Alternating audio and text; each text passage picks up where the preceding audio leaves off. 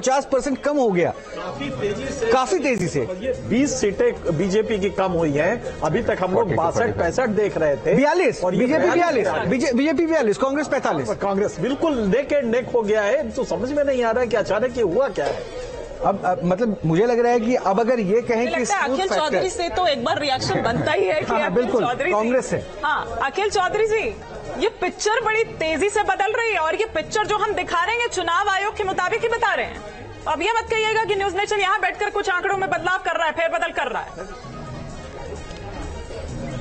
और चुनाव आयोग के मुताबिक तो बीजेपी आगे चल रही है। तो क्या कह सकता हूँ मैं, तो आपको ऑल द बेस्ट कह सकता हूँ इसके लिए।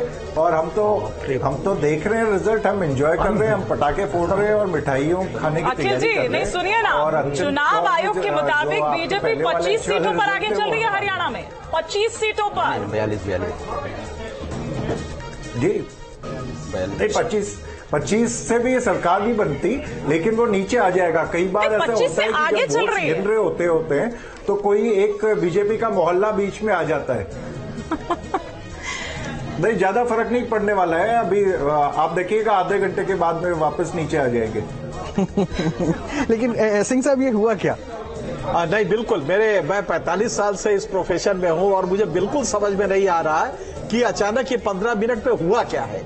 असंभव, मतलब मुझे बिल्कुल समझ में नहीं आ रहा है, क्या ये ऐसा हो सकता है 2 घंटे लगातार एक ट्रेंड रहने के बाद और इंक्रीजिंग ऑर्डर पे अचानक वो रिवर्स हो और अगले 15 मिनट या 5 मिनट में वो इतना बड़ा क्वांटम रिवर्स लीप ले कि 45 कांग्रेस और 42 बीजेपी।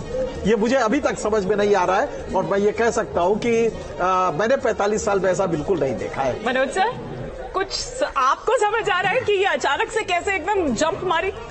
ये देखिए, मेरे को लगता है कि अभी हमें वेट करना होगा, और ईवीएम जब और खुलेंगे तो मेरे ख्याल से स्थिति और ज्यादा साफ होगी। किसके लिए? हमारे लिए साफ होगी, हमें मालूम चलेगा कि कौन आ गया कौन पीछे है। ठीक है, शिवम छाबड़ा भी हमारे साथ जुड़ चुके हैं, बीजेपी से प्रवक्ता है। शिवम, क्या मान के चलें, आप कहां पर हैं हरियाणा में? विनिंग पोजीशन पर, या फिर आप विपक्ष में बैठने को तैयार दिख रहे हैं?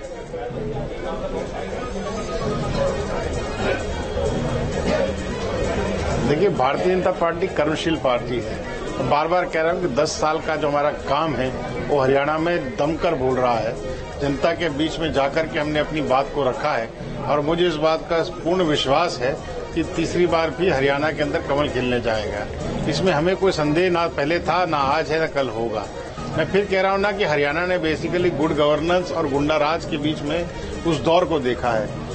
हरियाणा ने 10 साल भारतीय जनता पार्टी के सुशासन को भी देखा है, और हरियाणा ने उससे पहले के जो गुंडा राज और भ्रष्टाचार से परिपूर्ण शासन था उसको भी देखा है। तो निश्चित रूप से मुझे लगता है कि लेकिन शिवम जी, जिस तरह से किसान, पहलवान, जवान जैसे मुद्दे गूंजे, और जितना एग्रेसिवली इस बार कांग्रेस यहां नजर आई कैंपेनिंग के दौरान, या फिर अब उसी तरीके से वो नतीजे भी दिखाई देते हैं यहां पर, उस तरह से बीजेपी नजर नहीं आई, उस तरह से आपका कार्यकर्ता नजर नहीं आया, बल्कि वो तो सड़कों पर उतरने को राजी ही नहीं था। देखिए, मैंने क्या कहा ना, नहीं, मैंने क्या कहा कि फैक्ट से कोई मुंह मोड़ नहीं सकता है। आपने किसानों की बात करी, तो हरियाणा देश का पहला राज्य था जिसने लगभग 26 से ज्यादा फसलों पर एमएसपी दी। पूर्ण रूप से किसानों को सहयोग हमने किया। किसानों की सम्मान निधि भारतीय जनता पार्टी की सरकारों ने दी है। तो किस प्रकार से प्रोपेगेंडा तो कोई भी रच सकता है, रचने में कोई किसी को दिक्कत नहीं। राजनीति है, राजनीति के अंदर लोग प्रोपेगेंडा रचते हैं, लेकिन फैक्ट्स और सही मायने में आरोप तो आप पे ये भी लगा ना शिवम, किसानों के ऊपर गोलियां आपने बरसाई, किसानों के ऊपर आंसू गैस के गोले आपने दगवाए, किसानों को दिल्ली से आने से पहले बैरिकेड करके रोकने का काम आपने किया, किसानों के बिना वो भी ऐसा इंतजाम रोहित कि जैसे आतंकी को कोई रोकने के लिए करता है। आप भाई आप कल्पना करिए। नहीं, आप ये शब्द अच्छे नहीं है, लेकिन मेरा मानना ये है कि अगर वो आंदोलनकारी थे या किसान थे, ये तो कौन तय करेगा, या राजनीति से प्रेरित थे। मैंने कहा ना, नहीं, मैंने ये कहा कि आंदोलनकारी थे, राजनीति से प्रेरित थे। किसान तो वास्तव उन में आरोपों अपने की खेतों बात में कर होता रहे है हैं भाई, शिवम जी, उनको जिन्हें आंदोलन करने का चुनाव सबक के होता है दरमियान क्या? आपके नेता ये तो बार बार मैंने कहा ना जस्टिफाई कि करने झूठा की कोशिश प्रपंच कर रहे रचने थे। का जो प्रयास पहलवानों है, के जो मुद्दों को मत conspiracy भूलिए। रची यहाँ तक ये भी कहा गया कि ओलंपिक में अगर पदक नहीं मिल पाया तो उसके लिए भी बीजेपी के ही चेहरे जिम्मेदार हो गए। पहलवानों तो को ऐसे तो आरोप बतलाया आपने गया लगते भाई। रहे, मैं उसका जवाब मांग रहा हूँ।